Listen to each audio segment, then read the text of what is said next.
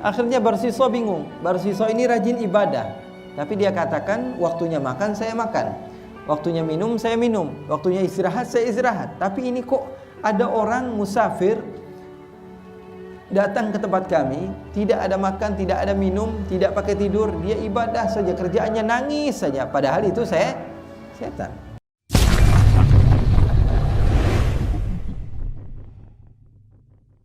Seperti kisah Barsiso yang diceritakan bahwa dia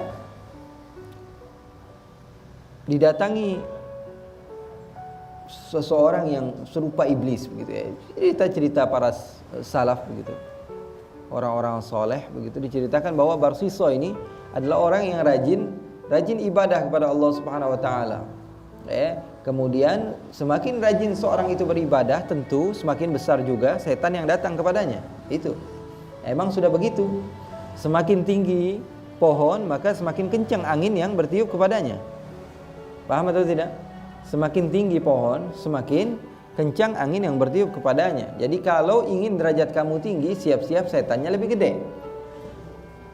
Kalau pengen derajatnya lebih tinggi, siap-siap setannya lebih gede. Kalau nggak mampu untuk melawan setannya, siap-siap derajat kamu turun, bukan malah ke level yang sebelum kamu, tapi bisa ke level yang paling bawah. Begitu juga dalam bisnis. Kalau mau kaya, siap-siap ada orang yang sikut-sikutan. Siap-siap begitu. Kalau organisasi kamu mau maju, siap-siap juga organisasi lain akan berkata yang tidak baik tentang organisasi kamu. Ya begitu saja. Semua manusia itu memang sudah begitu. Akhirnya Barsiso bingung. Barsiso ini rajin ibadah, tapi dia katakan waktunya makan saya makan, waktunya minum saya minum, waktunya istirahat saya istirahat. Tapi ini kok ada orang musafir datang ke tempat kami, tidak ada makan, tidak ada minum, tidak pakai tidur, dia ibadah saja, kerjaannya nangis saja, padahal itu setan. Barsiso mendekat kepadanya, kemudian bertanya, apa kuncinya wahai Syekh? Kenapa kamu bisa khusyuk sekali dalam beribadah? Apa kata setan ini? Wahai Barsiso, saya ini mengatakan kepada Allah, ya Allah, minta ampun, minta maaf, istighfar, saya banyak dosa. Saya pernah melakukan zina, saya pernah minum minuman keras, saya melakukan hal-hal yang tidak baik, saya melakukan hal-hal yang dilarang oleh Allah. Maka ketika saya minta ampun kepada Allah, ya Allah, saya minta ampun kepadamu karena saya pernah melakukan ini, pernah melakukan itu. Sementara kamu beristighfar kepada Allah, minta ampun kepada Allah, dosa aja nggak pernah ngelakuin. Kira-kira bisa khusyuk nggak? Misalnya, kamu berjumpa dengan teman kamu, tiba-tiba maafin ya, padahal nggak pernah ketemu sama sekali, misalnya. Atau bukan sama teman kamu, sama orang yang belum pernah kamu kenal, tiba-tiba berjumpa di majelis ini, tiba-tiba maafin, saya banyak sekali dosa, banyak sekali kesalahan kepada kamu. Kira-kira orang gila atau bukan itu?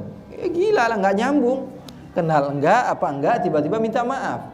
Tapi kalau sama orang yang benar-benar kamu kenal dan kamu sering menyakiti dia, kemudian kamu minta maaf kepadanya, minta maaf itu datangnya pasti dari dalam hati.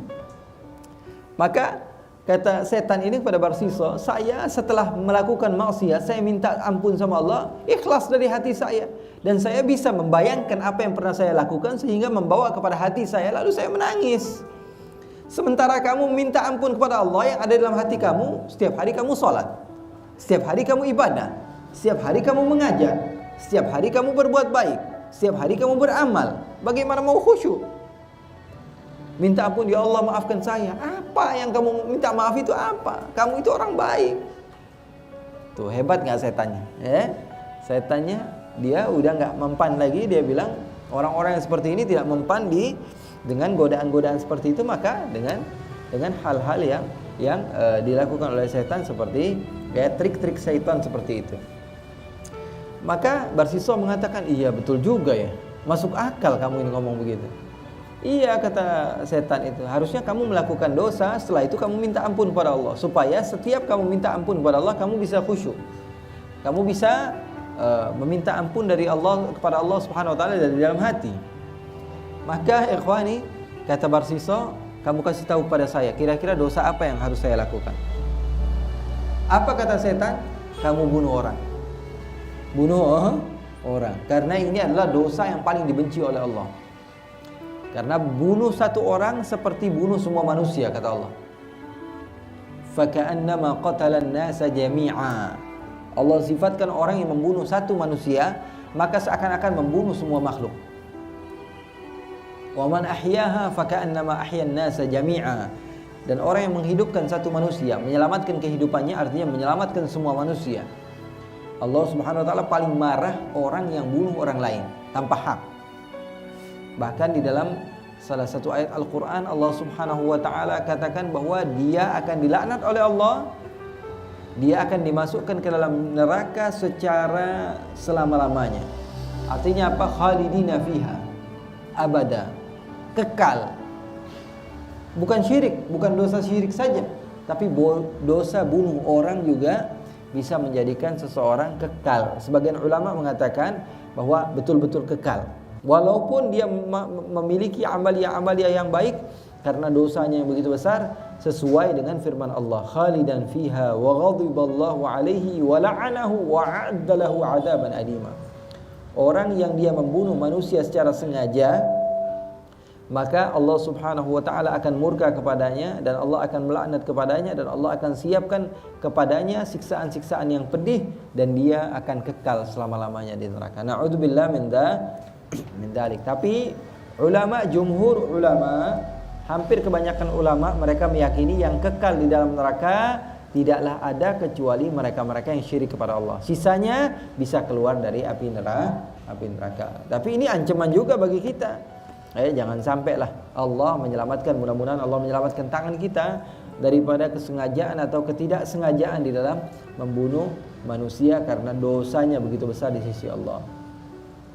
Bahkan ikhwani, kalau kita mau tahu, Rasulullah SAW dakwahnya beliau selama 10 tahun, hampir 100 peperangan atau 80 atau 90 peperangan, itu yang terbunuh dari orang-orang yang non muslim itu kurang dari 2000, kata ulama sejarah. Kurang dari 2000 selama 10 tahun, dan hampir 100 peperangan. Bayangin, kalau kita dalam satu peperangan mungkin udah ribuan orang yang meninggal. Ini hampir 100 peperangan, dari jumlah musuh-musuh Rasulullah yang jutaan, tidaklah meninggal di antara mereka, kata ulama, kecuali kurang dari 2000 manusia. Artinya apa? Memang Rasulullah SAW itu tidaklah, dan para sahabat manhajnya tidaklah mengecam, tidak mengancam, mengajak dan mengajak dan mengajak. Ketika orang tersebut sudah melawan Rasulullah, baru Rasulullah lawan. Itu juga dengan rahmah, dengan kasih sayang. Buktinya Sayyidina Ali bin Abi Thalib ketika beliau sedang bermain pedang, ketika berperang dengan salah seorang daripada orang yang musyrik. Ketika itu orang musyrik sudah terjatuh, Sayyidina Ali hanya tinggal membunuh saja. Lalu musuhnya Allah itu, musuhnya Sayyidina Ali, meludahi Sayyidina Ali. Sayyidina Ali apa yang beliau lakukan? Kita kalau misalnya sudah dihalalkan untuk bunuh orang, halal, tiba-tiba ketika kita sudah siap untuk membunuh, dia meludahi kita, kira-kira apa? Tambah pengen jadi ini orangnya. Kita udah siap ini udah siap dan dapat pahala. Ketika kita mau bunuh, tiba-tiba diludahi, lebih marah ya? Apalagi ngeludahnya bangun tidur lagi itu orang. Akhirnya kita sudah mau marah ini. Ini Sayyidina Ali ketika itu apa yang beliau lakukan? Beliau tinggalkan pedangnya dan beliau lari. Ini musuhnya kaget, bingung. Wahai Ali, kenapa kok kamu sudah siap untuk membunuh saya, lalu tiba-tiba kamu pergi dan kamu tidak jadi membunuh saya? Apa kata Sayyidina Ali bin Abi Thalib? Ini perlu kita jadikan pelajaran. Saya harap jawaban Sayyidina Ali bin Abi Thalib kita jadikan pegangan hidup kita. Apa kata Sayyidina Ali? Saya pertama kali ingin membunuh kamu karena Allah. Tapi setelah kamu meludah kepada saya takut saya membunuh kamu karena ada murkanya saya kepada kamu, bukan 100% karena Allah. Karena saya marah, kamu telah meludahi saya. Itu Sayyidina Ali bin Abi Thalib mengajarkan kepada kita apa? Untuk melakukan segala sesuatu karena Allah dan meninggalkan segala sesuatu karena Allah Subhanahu wa ta'ala. Akhirnya Barsisa ditawarkan, wahai Barsisa, lakukan bunuh orang. Kata Barsisa, enggak mau bunuh orang terlalu kejam. Nanti apa kata manusia?